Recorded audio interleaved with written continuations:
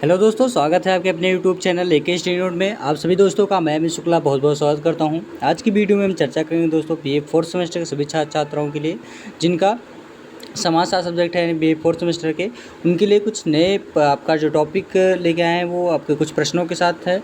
जो प्रश्न हमने चर्चा किए थे, यानी कि आपके जो पेपर में सबसे ज़्यादा प्रश्न आने वाले होते हैं वो आपको यहाँ पे सॉल्व करेंगे। तो दोस्तों आज का जो टॉपिक होगा वो होगा अपराध के बारे में, यानी कि अपराध किस प्रकार से हटाया जाता है, अन्य अपराध किस तरीके से होता है, अपराध के बारे में हम क्या जानते हैं, अपराध शब्द कैसे बना, तो सारी चीज़ें अपराध के बारे में बताएंगे। यानी कि जो अपराध होता है, अपराध के नियम होते हैं, अपराध कैसे होता है, अपराध कब से स्टार्ट होता है, तो ये सारी आपको जो मोटिविटी होती है वो आपको यहाँ पे क्लियर किया जाएगा दोस्तों। तो दोस्तों अगर चैनल में नए हैं ज़रूर चैनल को सब्सक्राइब कर दीजिए, प्लस में बेल आइकन दबा दीजिए, करने वाली वीडियो का नोटिफिकेशन आप लोग तो बिल्कुल मिलता रहे।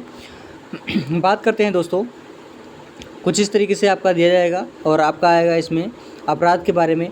अपराध में आ जाएगा कि अपराध एवं दुष्कृति, फिर आता है सेकंड नंबर अपराध एवं दुराचार। ये दोनों के टॉपिक्स होंगे आपके दोनों प्रश्नों में। अपराध की दुष्कृति कैसे होती है और अपराध एवं दुराचार कैसे होता है, ये दोनों आपको यहाँ पे लिखना होगा। अब जैसे आता है आ नंबर है, यहाँ पे बताया गया कि अपराध एवं दुष्कृति यानी crime and tart. Crime and tart का मतलब क्या होता है? शाब्दिक दृष्टि से अंग्रेजी भाषा को हम टार्ट, लेकिन अगर शाब्दिक दृष्टि से देखें हम दुष्कृति को, तो क्या होता है? टार्ट लैटिन भाषा में क्या होता है? टॉर्टम, TORTUM से बना है, जिसका अर्थ होता है ट्विस्टिंग। ट्विस्टिंग का मतलब मरोड़ना या ऐंठना। मरोड़ना का मतलब क्या होता है? घुमाना या ऐंठना।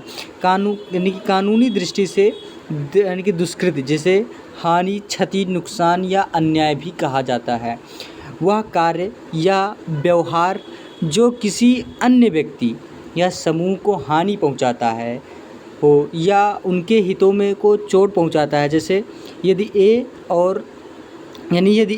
अपनी भैंस बी के दरवाजे के बिल्कुल सामने बांध दे तो वह बी के नागरिक जीवन की सुविधा में बाधा पहुंचता है और इस स्थिति में बी की दुष्कृति का दोषी है। इसलिए दुष्कृति ई को सिविल त्रुटि यानी कि सिविल रॉन्ग एज इंजुरी भी कहा जाता है, जिसका मतलब इसके लिए कानून पीड़ित पक्ष की क्षतिपूर्व दुष्कृति के कर्ता यानी कि ये रॉन्ग डोवर जिसे कहते हैं, रॉन्ग डोर के यानी कि रॉन्ग डोर से करके दुष्कृति की दशा को दूर किया जा सकता है।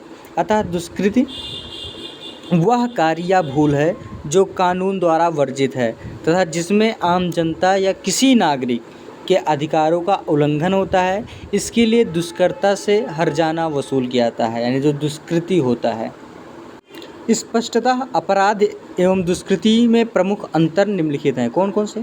फर्स्ट नंबर आता है कि अपराध समाज या राज्य के प्रति किया गया दोषी आचरण है, जबकि दुष्कृति व्यक्ति या व्यक्तियों के अधिकारों को पहुंचाई गई चोट है। इसलिए अपराध के मामले में पीड़ित पक्ष राज्य है और जबकि दुष्कृत में व्यक्ति होता है। सेकंड नंबर आता है कि अपराध में अपराधी को दंड दिया जाता है। जो अपराध होता है, अपराध में अपराधी को ही दंड दिया जाता है, जबकि दुष्कृति में दुष्कर्ता पीड़ित पक्ष की हानि पूरी करता है।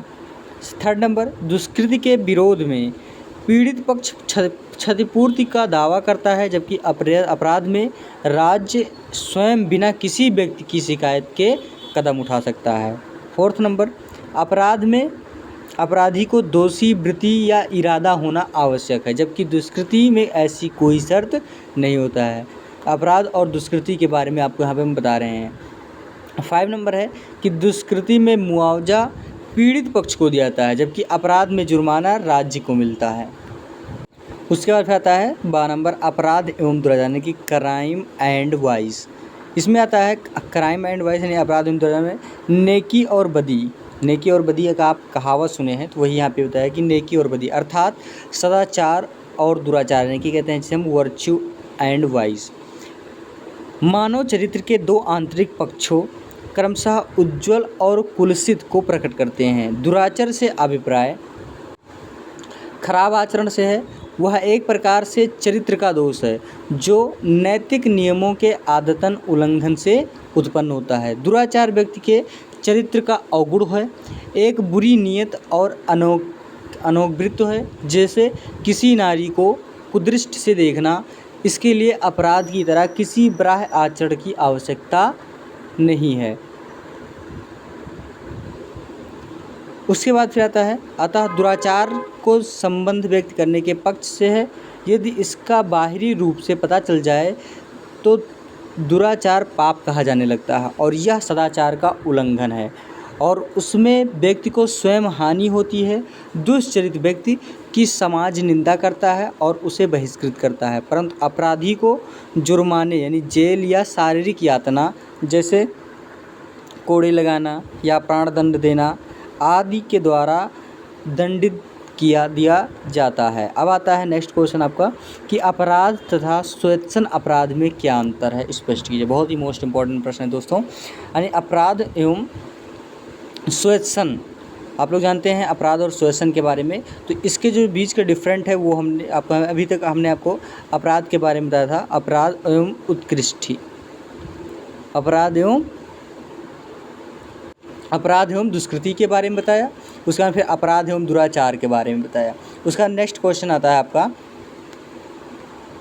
उसका नेक्स्ट है अपराध एवं स्वेच्छन अपराध में अंतर स्पष्ट कीजिए। आंसर में आएगा अपराध तथा स्वेच्छन अपराध में निम्नलिखित अंतर हैं। कौन कौन से हैं? फर्स्ट नंबर आता है कि अपराध का संबंध किसी वर्ग विशेष से नहीं होता है, व्यक्ति चाहे धनी हो अथवा निर्धन, यदि वह किसी कानून का उल्लंघन करता है तब ऐसे व्यवहार को हम अपराध कहते हैं।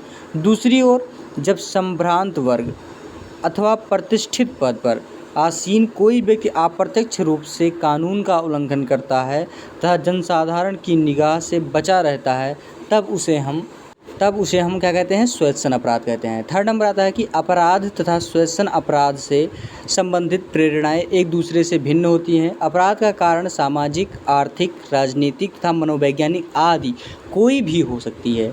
दूसरी ओर स्वेच्छन अपराध मुख्यतः आर्थिक प्रकृति के ही होते हैं, जो मुख्यतः क्या होता है? आर्थिक प्रकृति के ही होते हैं। और इसके तात्पर्य ही है कि संभ्रांत वर्ग के व्यक्ति स्वेच्छन अपराध इसलिए करते हैं जिससे वे अधिक से अधिक धन का संचय करके जिनकी भौतिक सुख सुविधाएं प्राप्त कर सकें। थर्ड नंबर आता है कि इन दोनों प्रकार के अपराधों के प्रति जनता की मनोवृत्ति एक दूसरे से अत्यधिक भिन्न होती हैं और एक व्यक्ति यदि चोरी, डकैती, राहजनी अथवा हत्या जैसे अपराध का दोषी हो तो समाज में सभी लोग उसका तिरस्कार करने लगते हैं। इसके विपरीत यदि एक व्यक्ति करों की चोरी, रिश्वत से प्राप्त आय अथवा झूठे विज्ञापनों के द्वारा विभिन्न प्रकार के लाभ प्राप्त कर रहा है तो समाज में उसका कोई तिरस्कार नहीं होता है। तो ये आता है आपका स्वेच्छन अपराध।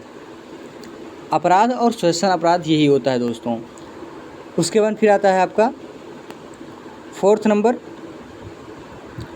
नंबर आता है कि अपराध की तुलना में स्वेच्छन अपराध की प्रकृति बहुत अप्रत्यक्ष होती है। उदाहरण के लिए जैसे बता दें हम आपको कि किसी की हत्या कर देना एक कहते हैं जघन्य अपराध है, लेकिन जब बड़े बड़े राजनीतिक तथा करोड़ उद्योगपति नियोजित रूप से दूसरे के लोगों के द्वारा हत्याएं करवाते हैं तब इसे हम स्वेच्छन अपराध कहते हैं। यानी इसी प्रकार अंतर्राष्ट्रीय कानून के अनुसार एक देश के द्वारा दूसरे देश पर आक्रमण करना अपराध है, लेकिन जो देश घातक शस्त्रों का निर्माण करके उनसे प्राप्त करने वाले लाभ के कारण छोटे छोटे देशों के युद्ध में ढकेलते रहते हैं उन्हें अपराधी नहीं समझा जाता है। 5 नंबर अपराधों की तुलना में स्वेच्छन अपराध नियोजित और सामूहिक होते हैं। साधारणतः अपराध एक व्यक्ति द्वारा कुछ निजी कारणों से किया जाता है। दूसरी ओर स्वेच्छन अपराध तभी संभव होते हैं जब उनमें यानी इसमें अनेक विभागों के बहुत से व्यक्तियों के प्रत्यक्ष अथवा अप्रत्यक्ष सहभागिता होती है। तो ये थी दोस्तों अपराध और स्वेच्छन यानी अपराध के और स्वेच्छन का जो अंतर था उसके बारे में, यानी अपराध किस तरीके से होता है और स्वेच्छन अपराध किस तरीके से होता है। तो दोनों हमने आपको एक एक करके बता दिया और इसमें से दो डिफरेंट भी बता दिया जिससे कि आप लोग को समझ में आ जाए अच्छे से और आप लोग कॉपी भी लिख सकें। तो इस वजह से हमने सारे आपको एक एक पॉइंट क्लियर कर दिया। तो दोस्तों वीडियो अच्छी लगी हो ज़रूर लाइक करें, चैनल को ज़रूर सब्सक्राइब करना भूलें और आप लोग ज़रूर एक दूसरे का संगठित परिवार बना के रखें और एक अपना जो मत है वो ज़रूर प्रकट करें। और अगर आपको कोई भी कमेंट बॉक्स में कमेंट करना ज़रूर हमें कमेंट बॉक्स में सूचित कर सकते हैं। और अगली वीडियो के साथ मैं आपको कुछ नए प्रश्नों के साथ और नए अच्छे उमंग के साथ मैं आपको नए टॉपिक्स समझाएंगे और अच्छे से पढ़ाएंगे। तो दोस्तों आज की वीडियो में यहीं तक रहा था। हमने 2 टॉपिक आपको पढ़ाया, एक तो अपराध और श्वसन अपराध पढ़ाया और दूसरा अपराधी और उत्कृष्ट, ये दोनों हमने आपको बताया।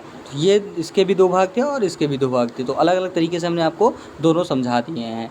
तो इसी के साथ अगली वीडियो में हम आपके साथ उपस्थित होंगे। धन्यवाद दोस्तों।